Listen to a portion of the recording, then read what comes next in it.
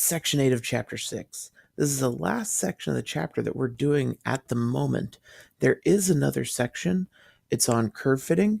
We'll do that at the end of the next chapter along with the curve fitting section from there so that we can do a bunch of curve fitting all at the same time. But this one is on transforming polynomial functions. This is not the first time we've done this. We did this with lines, with absolute value functions, with quadratics, and it's not going to be the last time we're doing it either. We're going to end up doing it with exponential and logarithmic functions, with radical functions and rational functions, and then just functions in general. Next year you'll do it with trig functions as well. And this is a fantastic topic, and it's really what Algebra 2 is built around. How can we find all these functions with basic transformations? So let's take a look at some learning targets. Our first learning target, I can transform polynomial functions. It's a ground shaking, isn't it? The second one, I can recognize transformations of polynomial functions. So one of them is we can take a transformation, we can change the equation. It's called the rule for the functions, just the equation, into the new one. And the other one is we can see an equation that was changed from the parent function, which would be x cubed, x to the fourth, x to the fifth, and we can see what happened to it and say what would happen to it. So we could describe what would happen to the graph. Like, hey, it moved up 2. So for these, remember we have 3 transformations that we look at. We look at translations, we look at stretches and compressions, and we look at reflections. And each of those is going to have a horizontal and a vertical component to them. For today, we're going to look at 2 different examples of functions. We have f of x equals x to the fourth and f of x equals x cubed plus 3x minus 2. Being that they're both called f of x, I know it gets kind of confusing, so I made them different colors. We have f of x equals x to the fourth is the green one, and f of x equals x cubed plus 3x minus 2 is the purple one. So we can hopefully try and keep them separate from that. The first one we have, translations. We're going to look at horizontal translations, and we're going to look at vertical translations. For horizontal translations, the new function g of x will equal f of x minus h. That's going to be a horizontal shift h units to the right. Remember that horizontal is going to happen to the x value. Vertical will happen to the function value, the f of x. The horizontal is always on the inside, and it's always backwards from what we think it is. If we move it to the right, it's minus. That minus is built into, need a laser pointer. That minus is built into the equation. And so, to the right, it'll look like x minus something. To the left, it'll look like x plus something. So let's take a look at this line. What is this line? This line is the line that separates the rule that will be true for every function we will ever do and the examples that we're going to look at. All the stuff below it, it's just the examples. We're going to pick some transformation that we're going to do, and we're going to do it with the couple examples we have. The stuff above, if I have a trig function, f of x equals sine x, and I go sine of x minus h, that's going to move it h units to the right. So it doesn't matter what kind of function it is, it still works, and it's beautiful because of it. So let's take a look. What should we do with this one? I say we should move it 3 units right. If you disagree, I'm sorry, we're moving it 3 units right. So we can change the function. G of x will equal f of x minus 3. That's just the general form of the function. That as well will be true for any function that we could use. It's specific because we're moving it 3 units right, but we could plug this in anywhere. And when we have f of something, that means we plug that something in. If we had f of 2, we would plug in 2 for x. We have f of x minus 3, which means we are going to plug in x minus 3 for x. And so we have g of x will equal x minus 3 to the fourth instead of just x to the fourth. Yeah, you could multiply this out if you really, really wanted to. You don't have to, though. You can just leave it as x minus 3 to the fourth. For the purple one, x cubed plus 3x minus 2, we just replace the x's with x minus 3's. So we'll have x minus 3 cubed plus 3 times x minus 3 minus 2. And again, you could multiply it out. The cubed would be obnoxious. I would be using our binomial expansion if you do. The 3x minus 3 isn't that bad, but there's no reason to multiply this out right now. If we look at a vertical translation, vertical happens to the function itself. The function is the f of x. So if we want to add something to the function, we just go f of x plus k. And that's going to be a vertical shift k units up. Now, these h and k's might sound familiar. They should, because those are the variables we always use for translations. H makes sense, it's horizontal.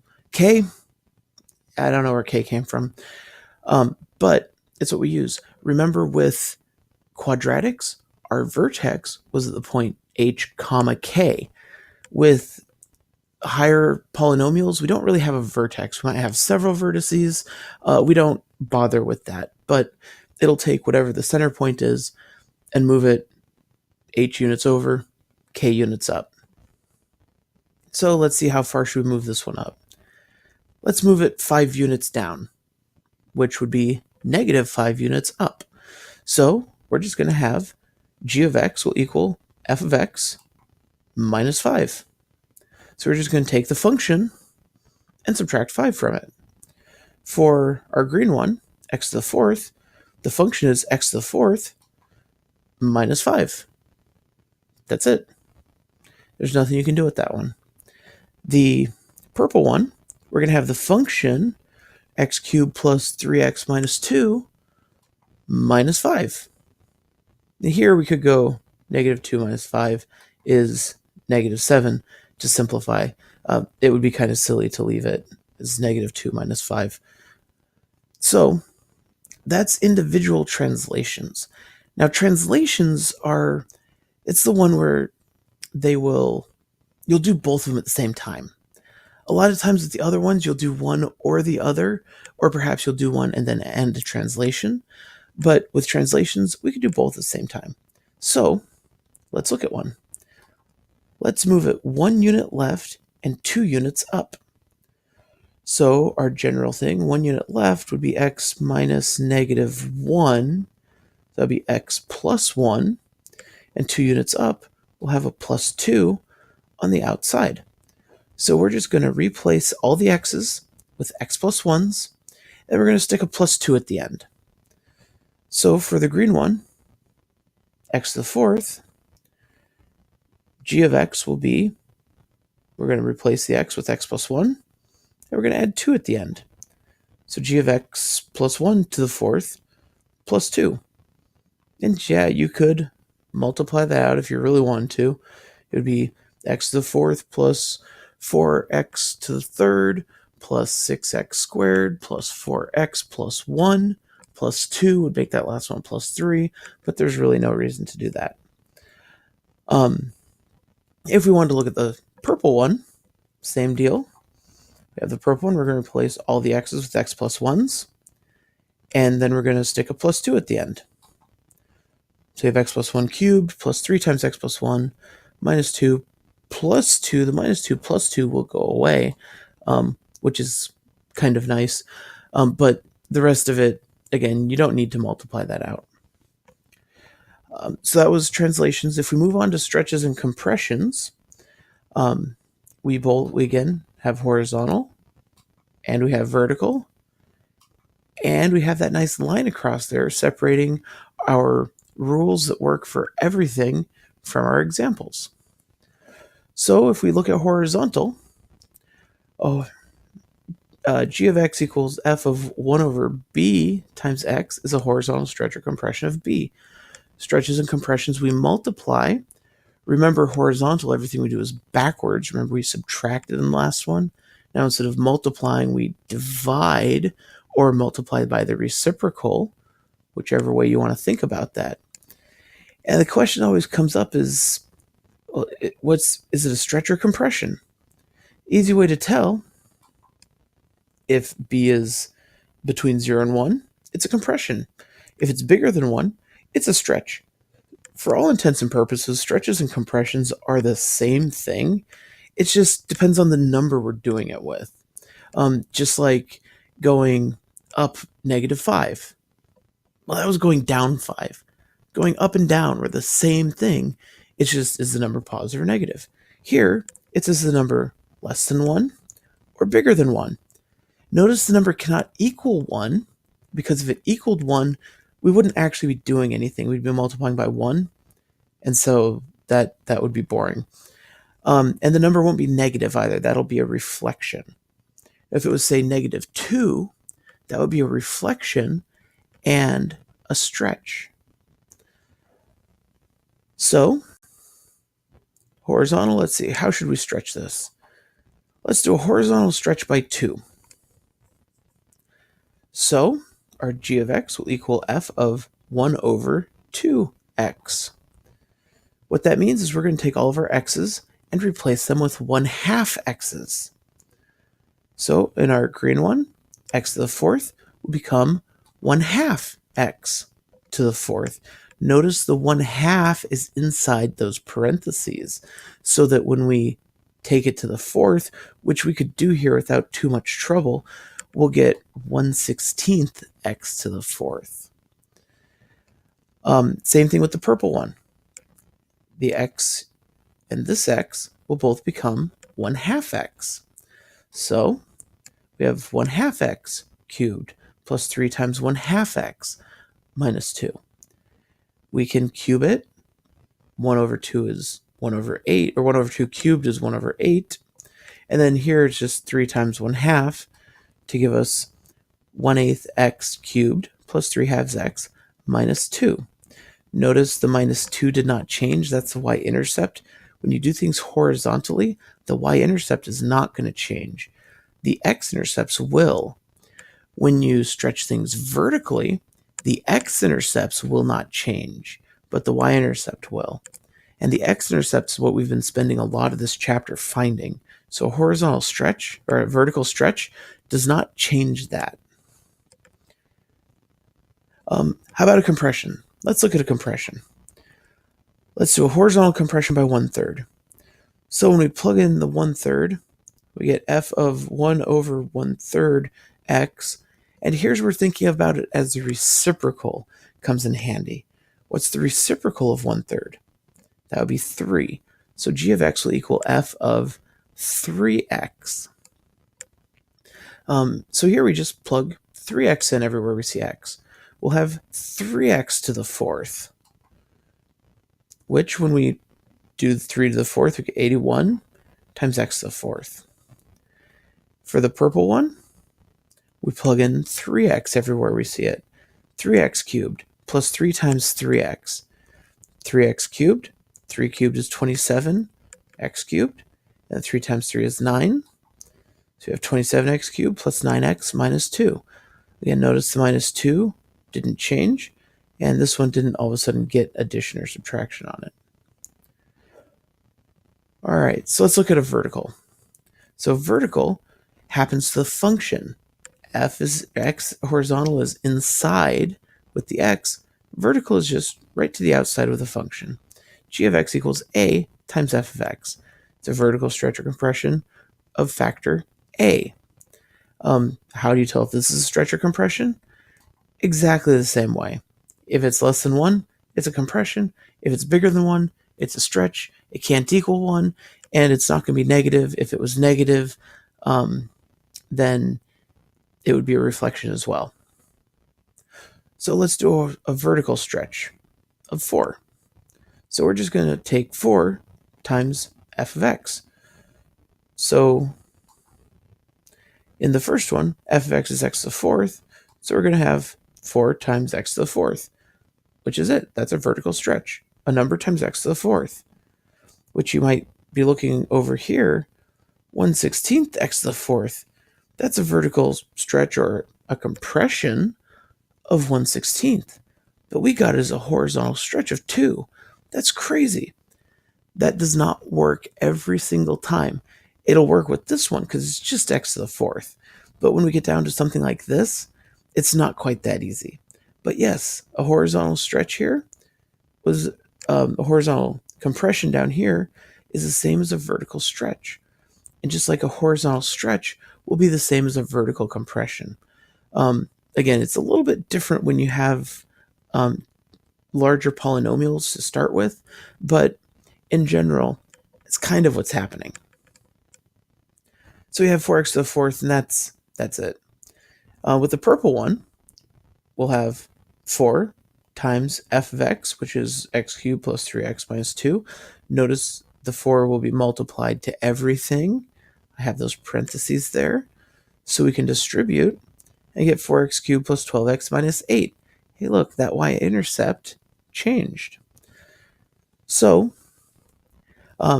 it's a vertical stretch. If we want to do a vertical compression of, say, 1/5, it's the same thing. We're just going to multiply it to the function. The first one, we have 1/5 times x to the fourth. Not doing anything with that. Second one, we'll have 1/5 times the function, and then we just need to distribute it. Notice they're all 1/5. There's no exponents that interact with it or anything like that. So that's stretches and compressions. The last one and the easiest one are reflections. We still have horizontal and vertical, and we still have the rules that will work for all of them. And so horizontal reflections, we change the sign of the x value. This, in the last one, this was b. Well, now b is negative. Again, it might be -2, which will be a reflection and a horizontal stretch or compression, or it just might be negative. And vertical, that negative is just going to move to the outside. Negative f of x. Same thing. The a value is now negative. The hardest part about reflections is that it won't usually say do a horizontal reflection or a vertical reflection. It'll reflect it across an axis. A horizontal reflection gets reflected across the y-axis. The y-axis is that vertical one. Reflecting across it is horizontal.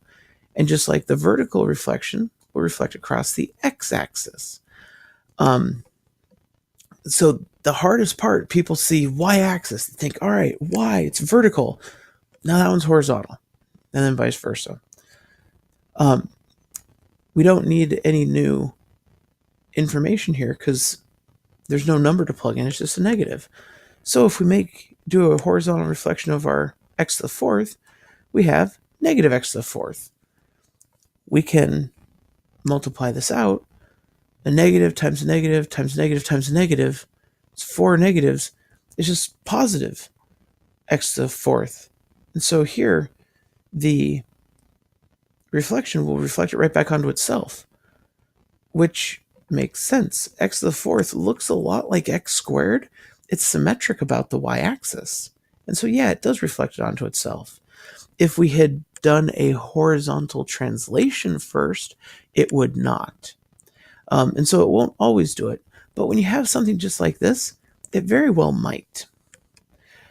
For the second one, the purple one, we plug in negative x for all the x's. And we can take the power, negative x cubed. It's negative x times negative x times negative x. It's going to be a negative x cubed. And then 3 times negative x is just minus 3x. And so here it changed the sign on these guys. It did not change the sign on the -2. If we want to do a vertical reflection, g of x will just equal negative x to the fourth, which is just negative x to the fourth. That's all it is, doesn't change. And the purple one, g of x equals negative x cubed plus 3x minus 2. We need to distribute the negative. So when we do, hey, we get this one. Well, not quite. This was still -2. This one's now +2. And so those aren't exactly the same. It's possible they could be the same. If we didn't have that minus 2 at the end, those two would have been the same, which is not unusual, but not necessarily the norm.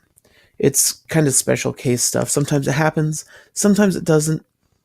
Don't worry about it. Just plug it in, do the math, and if it comes out the same or just negative, it comes out the same or just negative. And that's pretty much it. Transformations. We've had transformations in the past. We'll have them again. None of this stuff should be particularly new to you. And I will see you in class on Monday.